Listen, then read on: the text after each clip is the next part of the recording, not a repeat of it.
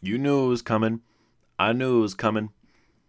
Man, I need content. Hey team, I'm Saturdays. How was your new year? I didn't ask. You already know the dealio, but I'm gonna enlighten you a little bit, in case you're not familiar. I don't know why you wouldn't be familiar. Why are you watching a sequel? So basically, Mandela catalogues these fucking weirdos, and they take over people's lives. I don't know. Watch a story explained. I'm not the type of guy for that. I'm here to summarize the story. The video begins in winter break of 2009, showing a wanted poster of two people named Adam and Jonah, and they're a part of the Bythorn Paranormal Society, who specializes in 5G conspiracies such as alternates nobody's ever heard of. Adam picks up a call from a lady who's concerned about her dead cat meowing in her basement and offers them $500 a night to stay and make sure there's no animatronics in her basement. Jonah's hyped for a big payday, and it's a plan. And like a true sequel, it becomes a road trip. These two goddamn idiots either run out of gas or suffer from engine failure or something. This scene shows their delinquency and the fact that they're on the run by the very subtle line, but it's not like we aren't already on the run. Remember when I said the Hoodwinks and Hijinks LARPing Club specialized in 5G conspiracies?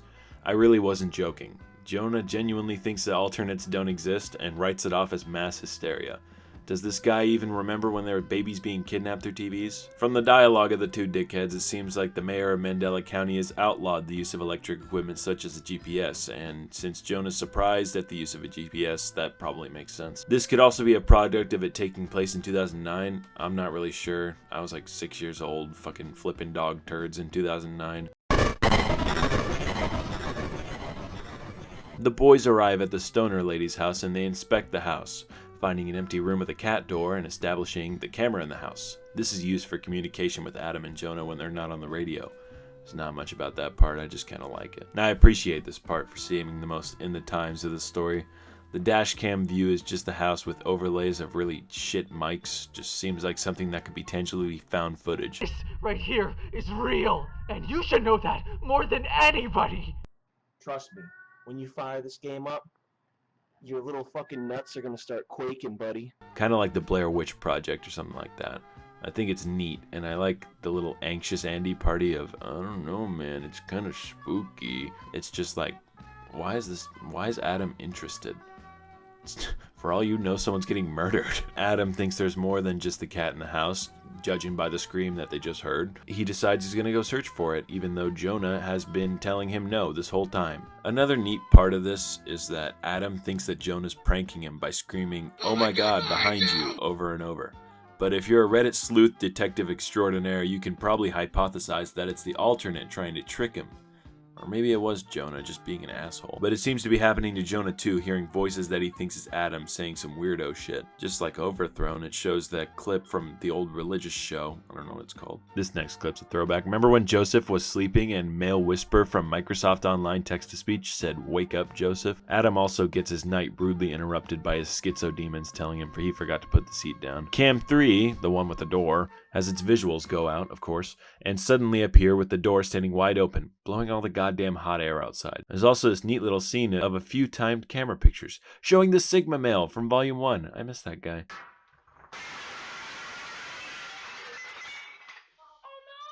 All jokes aside, this part's probably the best scene. It's Jonah and Alex talking to each other over the radio. Constantly, you can hear a cat meowing in the background, just like the crazy lady said. The locked door they found is unlocked and wide open. Adam's about to find the cat. Tensions are high between the two because of the alternate affecting their communication. Jonah sounds distressed, like genuinely distressed with how uncomfortable this has all become. And Adam is he's just pissed. The argument is just visceral. And it feels like I'm just listening to two people argue over a phone that I hear in a goddamn alleyway or something. And as they argue, all you hear is just the cat. It just meows. Constantly. Crazy powerful.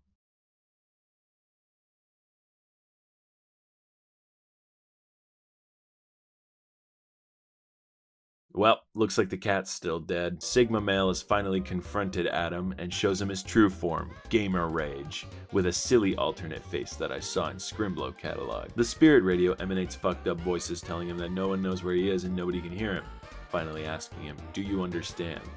and it jump cuts to Jonah, driving quickly away from the house, but Sigma smells beta male fear and follows him through the car cam GPS that we've been seeing events through this whole time. Anyways, it goes back to flashing him error codes saying you left him to die, eventually making him pull over to the side of the road, and you can hear a weird grunting noise from Jonah, and the video just ends. Damn. I don't even know what to talk about. Well, first off, wow. I was blindsided by Volume 2 even coming on my autoplay like 30 minutes after it premiered. And then I was blindsided again by how goddamn good it is. The tension in this one is crazy powerful, but maybe I'm impressed easily. But like, the tension, it felt like weight on my shoulders. The fact that there's no real jump scares makes me like it immediately, aside from that weird face that pops up for like 10 seconds. And do I have good news for you? This time I researched. And now that I have the powerful wonder of YouTube documentary channels, I may as well be unstoppable. You don't even need to subscribe to anybody else. I did some research, watched the Wendigoon video, and finally got insight into what other people thought. His video explains the Jesus figure in Overthrown as Lucifer, overthrowing Jesus, and the alternates as demons living in other planes of existence, coaxing humans to commit suicide by telling them information that the universe is not a big fan of. And if that wasn't bad enough, these dudes then possess the human's corpse and try to get more humans to kill themselves so there will be more alternates. And to be honest, his theory is probably going to be way better than my stupid alien theory that I made up in 10 seconds because it actually solves unanswered questions since I've had since Volume 1, and it generally makes more sense than random aliens taking over the world. Does it tie in with Volume 2? Yeah, actually. It ties in pretty well with Sigma Male communicating to Adam through the spirit box and television to, presumably, kill himself. You then see an alternate communicating to Jonah through the GPS system, probably hoping to take him over too. Bastard. Based off of me guessing right now, I would assume the alternate wants them to kill themselves to breed more alternates and lure in more unknowing victims. It's like Minecraft, but like with murder. Thanks, Wendy's Goon. Another one I read comes from u/RoseCurious on the ARG subreddit. This theory starts from the poster wondering what the fuck an alternate even is, and then they started searching through the Islamic and Jewish mythology, where they found the Torah in the Book of Psalms. You see, in Psalm 106:37, there's references of child sacrifice to a being known as a Sheddim. What Sheddims are is these spirits/demons from the Torah. These are foreign gods that are associated with child sacrifice and they are also shape-shifting beings, much similar to the alternates. This was also hinted at in the Mad video, as it states that you should not have any religious artifacts, and in the clip shows the Star of David and the cross. Rose finally says Sheddims are possessive creatures and are possessing humans the way they possess cattle, and use children to fuel their rituals to cross into our world. From child sacrifice to shape-shifting foreign gods, this theory's got it all. I like it, and it shares the idea of alternates being possessive creature and taking control of humans, though with the flavor of child sacrifice to keep things interesting. And does it tie in with Volume 2? In this theory, the only thing that really remains from the original theory was the alternates being shape-shifting creatures. That's still something that's happening. What I'm not seeing is any child sacrifice in Volume 2. There were only like 3 characters and none of them were kids. Maybe it's because it's more focused on the dynamic of Adam and Jonah. There's like 3 characters in the whole volume, but I'd say this one just doesn't really tie in as closely as Volume 2. I think in the future it might be able to tie in. So, good shit, Rose. It's better than anything I could have done. Fuck you! You fucking dick! Alright, baby. Final thoughts. Watch Mandela Catalogue. Are you seriously watching this goddamn video and you haven't seen Mandela Catalogue? What are you doing? Are you trying to get my opinion to validate yours? Go! Go! Now! I genuinely really fucking love Mandela Catalogue. It's been a great one. I'm super excited for Volume 3 of Mandela Catalogue and much more to come. So yeah, Volume 2 is a fucking banger.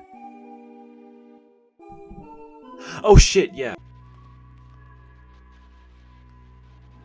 So, we're gonna talk about this. The support on the last Mandela Catalogue video was actually crazy. It's the most views I've ever gotten on a video, period, and I honestly just couldn't be happier that so many of you enjoyed it. Anyways, with all that being said, I want to thank you so much. If you enjoyed this video, consider dropping it a like, consider dropping me a sub. I would appreciate it. Your mother would appreciate it. We both talked about it last night when we were in bed. And if you didn't like it, go ahead and drop a dislike. Nobody's gonna see it. Just know that I check all my dislikes, and I know if you dislike my fucking video, don't you dare dislike my video. And that about wraps it up. Have a good day.